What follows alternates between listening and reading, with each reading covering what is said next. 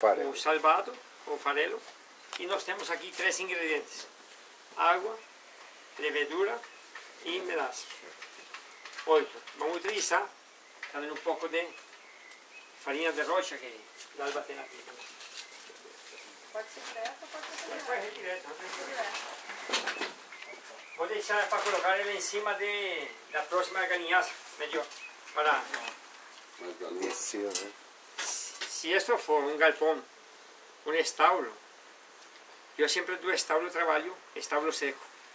Nunca trabalho lavando estábulo. Nem chiqueiro, nada.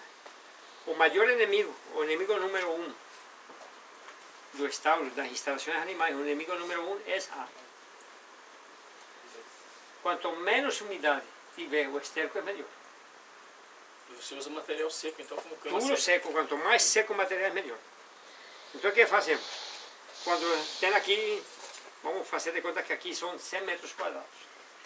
Se aqui tiver 100 metros quadrados, aqui vem o gado, para ser ordenhado, nós colocamos, pode ser acerrim, pode ser uma parte de palha seca, resto de colheita de milho, palha, acerrim, tudo embaixo, uns 10 centímetros. E em cima, por cada metro quadrado, você pode colocar de 1 a 2 quilos de pó de rocha. Então você tem, o estábulo está cheio. Vamos colocar aqui. O estábulo está cheio dessa parte. E em cima você, por cada metro quadrado, coloca 2 quilos de farinha de rocha.